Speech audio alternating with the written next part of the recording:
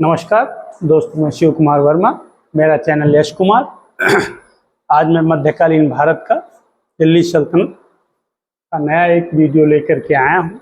नए क्लास में आप गुलाम वंश या मामलुक वंश की चर्चा आपसे होगी, लेकिन इसकी चर्चा करने से पहले हम आपसे रिक्वेस्ट करते हैं कि आप हमारे चैनल को लाइक करें, सब्सक्राइब करें, ज़्यादा से ज़्यादा शेयर करें ताकि हमारे गरीब भाइयों तक हमारा वीडियो पहुँच सके।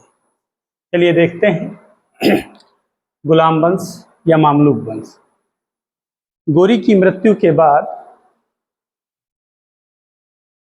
कुतुबुद्दीन ऐबक ने गुलाम वंश की स्थापना की थी।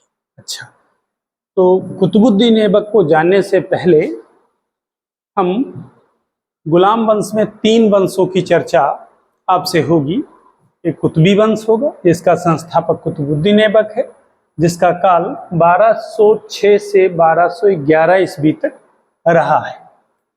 उसके बाद दूसरा शासक इल्तुतमिश होगा जिसने शमसी वंश की स्थापना की और इसका कार्यकाल 1211 से 1265 ईस्वी तक रहा है। फिर उसके बाद बलबन आएंगे, गियासुद्दीन बलबन। इन्होंने बलबनी वंश की स्थापना की है जिसका कार्यकाल 1265 से 1290 तक रहा है। यानी गुलाम वंश 1206 ईस्वी से 1290 ईस्वी तक काबिज रहा है। गुलाम वंश ने सिर्फ और सिर्फ गोरी के भारतीय साम्राज्य का प्रबंधन किया है, विस्तार नहीं कर पाया है। हाँ, ये है बाह्य आक्रमणों से और आंतरिक जो युद्ध थे उन पर काबिज रहे ये, और उनसे धीरे धीरे छुटकारा पा करके इल्तुतमिश के काल तक स्वतंत्र सत्ता स्थापित हो गई थी।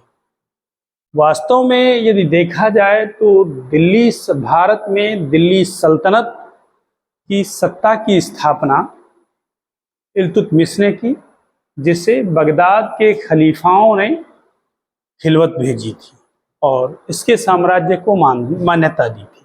यदि आपसे पूछा जाता है दिल्ली सल्तनत का पहला सुल्तान कौन था, तो आपको सीधे सीधे बताना है इल्तुतमिश। लेकिन यदि आपसे पूछा जाता है गुलाम वंश की स्थापना किसने की भारत में, तो कुतुबुद्दीन ऐबक ने। ये तुर्क सरदार है, तुर्क सरदार, और ये इल्बारी तुर्क, इल्बारी तुर्क। ये इल्बारी वंश से रिलेटेड है, अफरासियाब के वंशज हैं। बलबन अपने आप को अफरासियाब का वंशज बताता है, और ये तुर्क सरदार का मतलब हैं सब गुलाम, ठीक। लेकिन इनके माता पिता स्वतंत्र सत्ता वाले थे और इल्बारी तुर्कों के माता पिता भी गुलाम हुआ करते थे। कुछ ऐसी मान्यता है। तो हम लोग चर्चा करेंगे कुतुबी वंश की, जिसके संस्थापक कुतुबुद्दीन ऐबक हैं, और इसका एक और शासक हुआ है आराम शाह, जो कुतुबुद्दीन ऐबक का लड़का था। तो कुतुबी वंश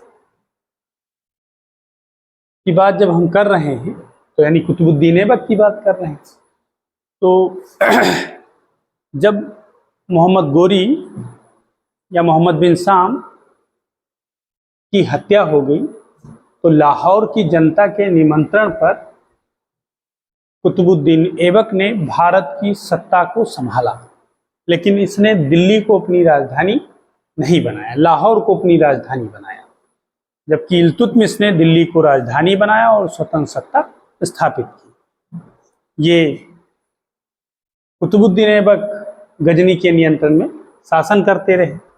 कुतुबुद्दीन ऐबक को गियासुद्दीन मोहम्मद गोरी के बेटे गियासुद्दीन द्वितीय ने, यानी मोहम्मद बिन शाम के भतीजे ने 1208 में गुलामी से छुटकारा दिला दिया, यानी गुलामी से मुक्ति दे दी, और ये स्वतंत्र व्यक्ति बन गया और इसने लाहौर में अपनी स्वतंत्र सत्ता मतलब अपने को गुलामी से मुक्त करते हुए स्वतंत्र सत्ता स्थापित की, लेकिन ये गजनी के नियंत्रण में रहा। ठीक, था स्वतंत्र लेकिन गजनी के नियंत्रण में रहा। अच्छा, ऐबक को लाख बख्श, कुरान खवा और हातिम द्वितीय की उपाधि दी गई। लाख बख्श का अर्थ है लाखों का दान, बहुत दान करता था। ठीक, ये अपनी जिंदगी में इसने इतना दान किया है, इतना दान किया, जो कुछ था ठीक सब कुछ इसने लुटा दिया गरीबों पर। कुरान खवा, कुरान खवा का अर्थ है कुरान को सुर में पढ़ने वाला। ठीक, कुरान को ये सुर में पढ़ता था, यानी कुरान का ये ज्ञाता था। इसे हातिम द्वितीय कहा जाता है। हातिम द्वितीय का अर्थ है यारों का यार और मददगार, यानी ये गरीबों का, मजलूमों का बहुत बड़ा मददगार था, इसीलिए इसे हातिम द्वितीय की संज्ञा दी जाती। जब ये सुल्तान बना तो इसके पास तमाम समस्याएं थी, लेकिन उन समस्याओं को दरकिनार करते हुए इसने अपनी सत्ता स्थापित कर ली, लेकिन कुछ हद तक ये गजनी के या एल्दौज के नियंत्रण में बना रहा। इसने जो है जीवन की शुरुआत की, यदि इसके बात करें तो ये गोरी के द्वारा दास्ता के रूप में खरीदा गया। 1192 ईस्वी में जब गोरी ने पृथ्वीराज चौहान पर दूसरा आक्रमण किया था, तराइन के दूसरे युद्ध के समय गोरी के साथ भारत आया। 1193 में इसे दिल्ली का सिपह सालार बनाया गया। इसने जब दिल्ली विजय की थी, अब गोरी के साथ मिल करके, तो इसने कुब्बतुल इस्लाम मस्जिद का निर्माण कराया। इसने जो है 1196 में अजमेर विजय की थी। अजमेर विजय के उपलक्ष्य में इसने 2.5 दिन का झोपड़ा या 2.5 दिन का झोपड़ा मस्जिद का निर्माण कराया था। इसने एक काम और किया, इसने कुतुब मीनार का निर्माण कार्य प्रारंभ किया, इसकी नींव डाली, लेकिन उसे पूरा करने से पहले इसकी मृत्यु हो गई थी और ये जो है उसे पूरा ना कर सका। इल्तुतमिश ने इसके इस कार्य को पूरा किया था। तो इस तरीके से इसने सत्ता पर काबिज होने के बाद कुछ अपने कार्य किए। इसने, हमने बताया कि गोरी की मृत्यु के बाद ये सत्ता पर काबिज हुआ। 1206 में लाहौर की जनता के निमंत्रण पर ये लाहौर का शासक बना, लेकिन शासक बनने के बाद इसने ढेर सारे समस्याओं का सामना किया। ठीक, लेकिन गजनी की अधीनता में ये काम करता रहा। ठीक, अच्छा, इसने जो है 1210 ईस्वी में लाहौर में चौगान खेलते हुए घोड़े से गिरकर इसकी मृत्यु हो गई। यानी ये चौगान खेल लेता था, चौगान का शौकीन था। ठीक, और ये चौगान खेल रहा था। ठीक, और उसी समय एक घोड़े से गिरकर मर गया और इसका बेटा आराम शाह दिल्ली की, वो लाहौर की गद्दी पर बैठा। अच्छा, दूसरी चीज, इसने जो है बंगाल के शासन में हस्तक्षेप पहली बार किया था।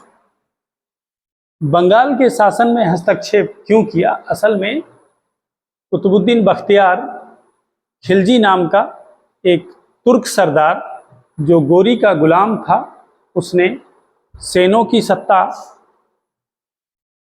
को उखाड़ फेंका, यानी लक्ष्मण सेन को गद्दी से उतार दिया और स्वयं सत्ता पर काबिज हुआ। जब ये स्वयं सत्ता पर काबिज हुआ बख्तियार खिलजी, तो इसके ढेर सारे दुश्मन थे और उन्हीं दुश्मनों में से एक अली मर्दान खां ने इसकी हत्या कर दी। कुतुबुद्दीन बख्तियार खिलजी की हत्या अली मर्दान खां ने कर दी, लेकिन अली मर्दान खां कुतुबुद्दीन ऐबक की सत्ता के नियंत्रण में कार्य करना चाहता था। वो उससे डरता था। मतलब उसे डर था कि कहीं ऐसा ना हो कि कुतुबुद्दीन ऐबक उसके ऊपर आक्रमण कर दे। तो उसने जब दिल्ली की सत्ता के नियंत्रण या लाहौर की सत्ता के नियंत्रण में अपना कार्य करना स्टार्ट किया, तो इसका विरोध खिलजी सरदारों ने किया। खिलजी सरदारों ने अली मर्दान खां को जेल में बंद कर दिया और शेरा नामक व्यक्ति को गद्दी पर बैठाया। लेकिन ये जेल से छूट करके कुतुबुद्दीन ऐबक के प्रतिनिधि कैमाज रूमी से जा मिला और कैमाज रूमी से मिलने के बाद इसने पुनः दिल्ली की सत्ता प्राप्त की और बंगाल की सत्ता प्राप्त की और इस तरीके से अली मर्दान खां बंगाल का शासक बना रहा।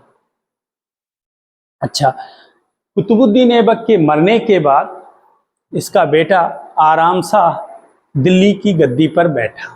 वो बहुत ज़्यादा आलसी और आराम तलब था, इसलिए वो कुछ ना कर सका और उसकी हत्या उसी के बहनोई, जीजा जिसे कहते हैं, इल्तुतमिश ने कर दी। और इल्तुतमिश ने हत्या करने के बाद दिल्ली की सत्ता पर कब्जा कर लिया और शमसी वंश की स्थापना कर। इस तरीके से कुतुबुद्दीन ऐबक के कुतुबी वंश का अंत हुआ। अब अगले क्लास में हम